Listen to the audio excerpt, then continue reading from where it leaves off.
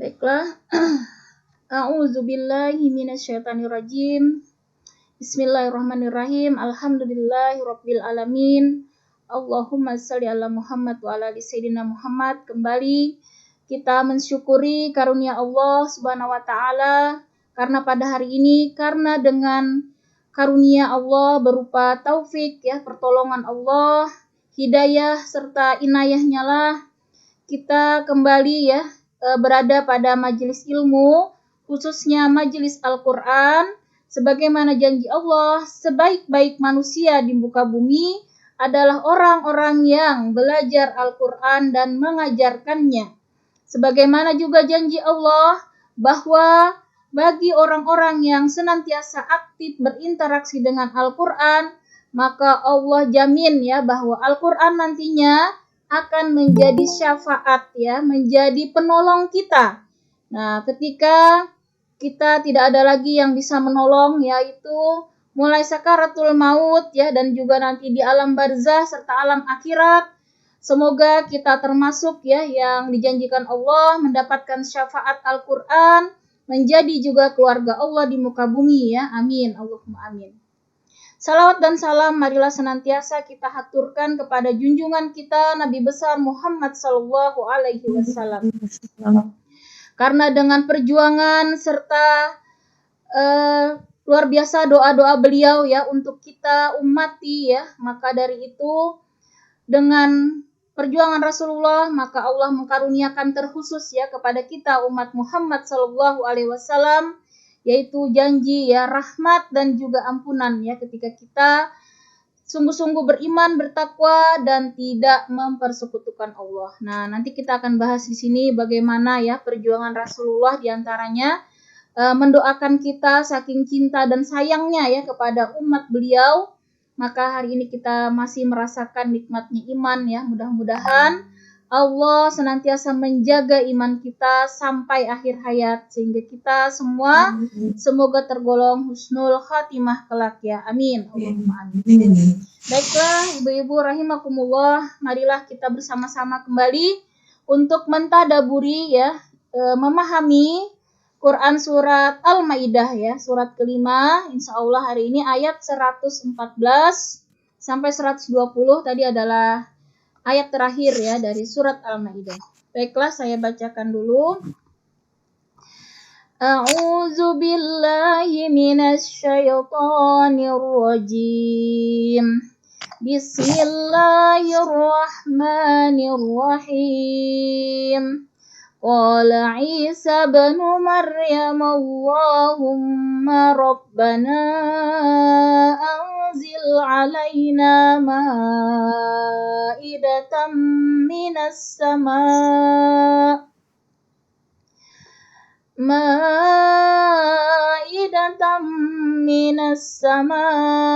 takunu lana 'idan li awwalina wa akhirina wa ayatan minka warzuqna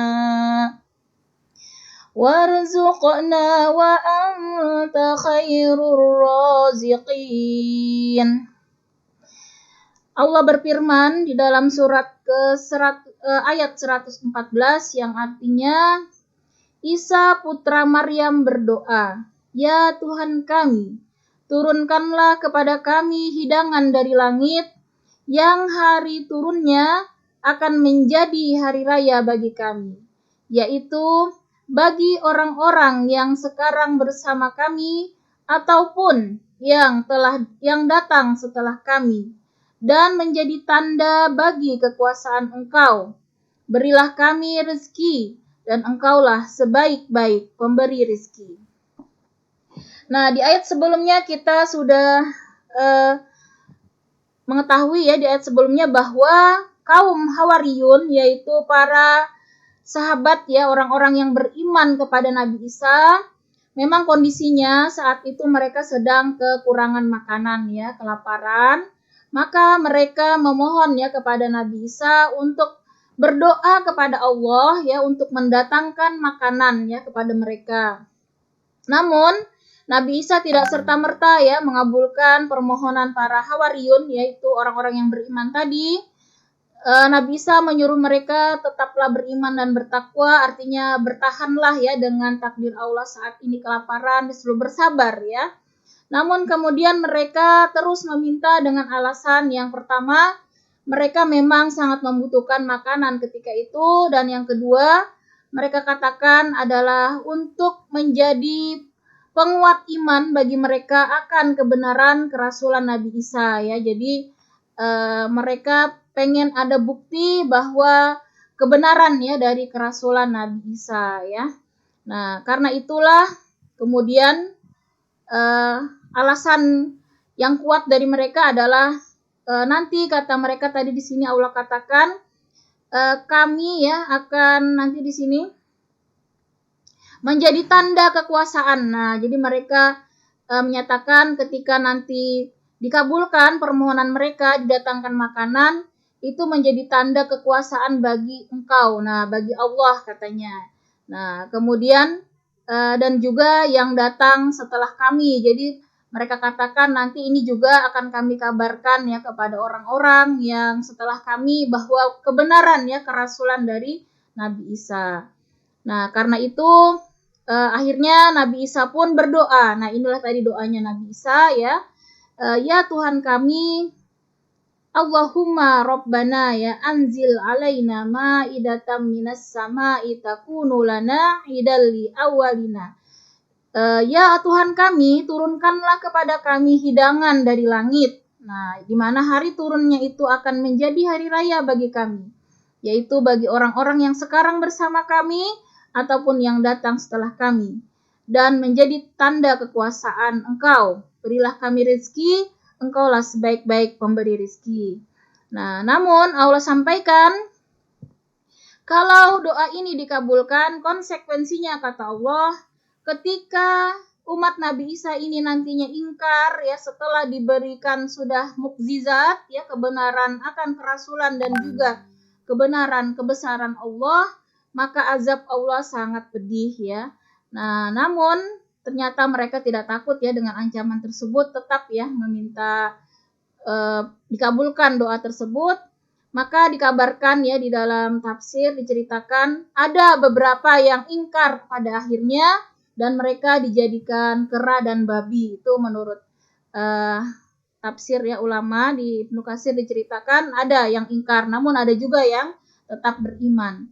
Nah, itulah ya jadi beberapa contoh yang lalu juga sudah disampaikan ya untuk nabi-nabi terdahulu ketika ya umatnya itu sudah diberikan mukjizat, bukti, namun mereka tetap ingkar, akhirnya azab Allah ya diturunkan seperti kaum Nabi Nuh ya yang ditenggelamkan ya, kemudian kaum Nabi Lut dan juga nabi-nabi yang lain ya di mana seperti Nabi Musa kita ingat ya juga ditenggelamkan di Laut Merah ya Firaun dan tentaranya. Nah, itulah gambaran ya ketika umat-umat terdahulu ketika mereka ingkar langsung ya serta-merta Allah turunkan azab ya, bahkan langsung dimusnahkan ya umat-umat terdahulu tersebut.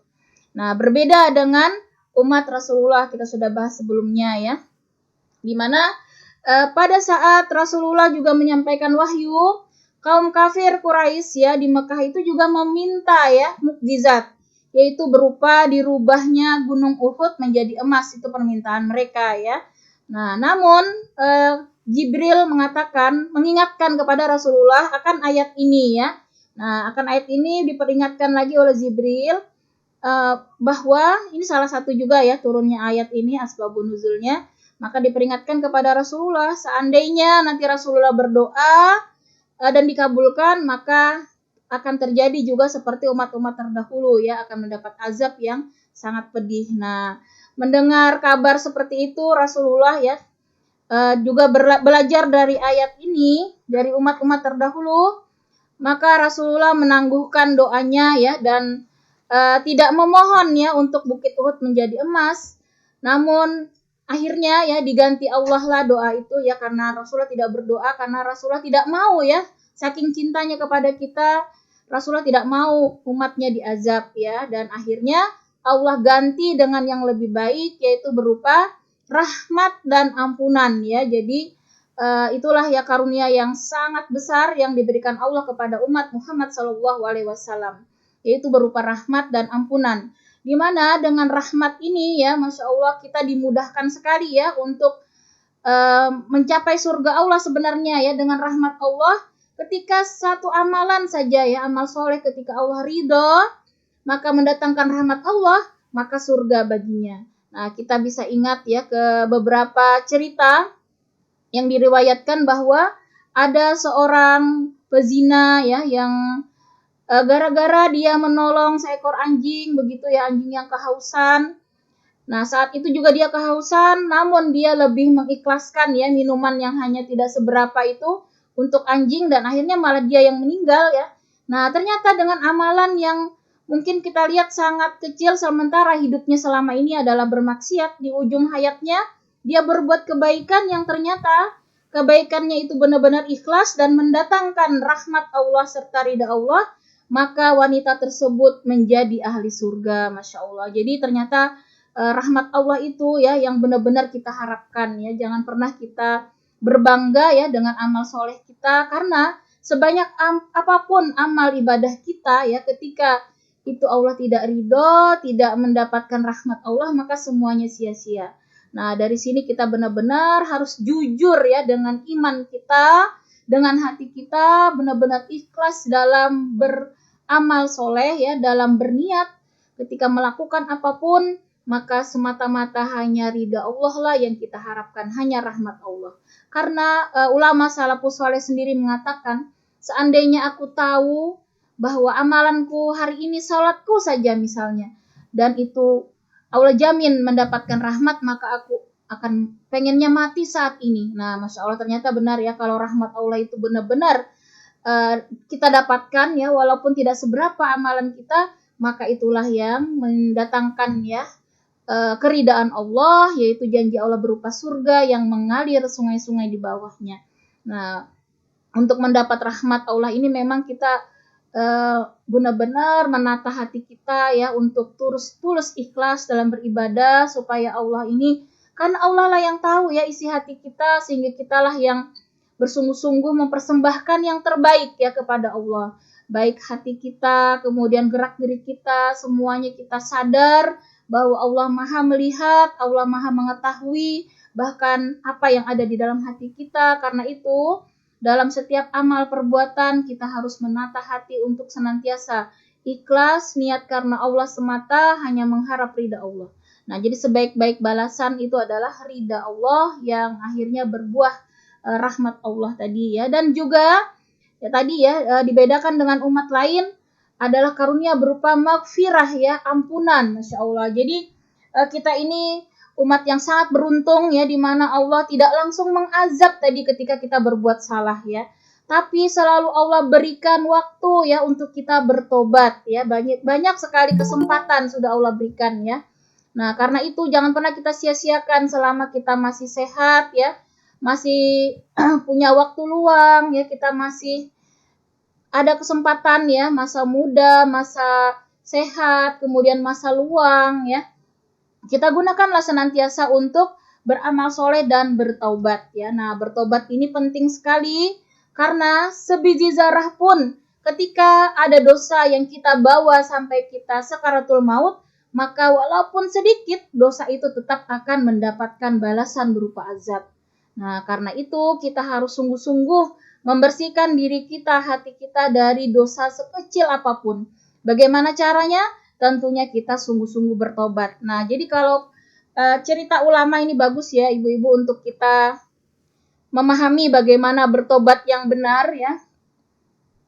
Jadi ulama ini menceritakan gambaran cara bertobat yang benar ini seperti ini ya ibu-ibu. Ketika kita misalnya minum teh ya, kita bukan kita yang buat ya, misalnya kita di rumah, kita tiba-tiba di rumah atau di mana kita menemukan teh sangat haus gitu ya, kita minumlah teh itu. Nah, kita mungkin minumnya sudah separuh nih ya, saking hausnya, tapi setelah kita minum separuh, tiba-tiba ada teman kita datang mengingatkan, loh siapa nih yang minum teh ini gitu ya. Nah, maka kita sampaikan tadi, maaf saya sangat haus, baru saya minum separuh nih, mohon maaf. Aduh bahaya nih, kata temannya, di teh itu ada racunnya. Nah, bagaimana perasaan kita? tentu kita akan bahaya sekali nih, kata temannya misalnya. Kalau racun ini tidak dikeluarkan, maka kamu akan mati gitu ya. Bahaya sekali. Nah, karena itu pasti kita akan segala cara mencari penawar racunnya atau berusaha bagaimana tidak ada efeknya ya. Mungkin kita segala cara segera mungkin untuk membersihkan ya sisa-sisa racun itu di tubuh kita. Nah, itulah gambaran ulama tadi ya, bagaimana harusnya dosa itu sebagaimana racun tadi. Nah, sebagaimana racun tadi, ibaratnya di dalam air teh itulah dosa. Jadi ketika kita sudah terlanjur nih berbuat dosa, kemudian ada yang mengingatkan, apakah kita mau lanjutkan ya, meneguk minuman tadi yang jelas-jelas beracun. Nah, sama juga perbuatan dosa, maksiat. Ketika kita sudah diingatkan, ini loh jangan dilakukan, ini maksiat. Nah, kalau kita masih meneruskan, sama ibaratnya seperti kita melanjutkan meminum racun tadi. Nah, jadi karena itu, kalau kita menganalogikan ya dengan meminum teh yang mengandung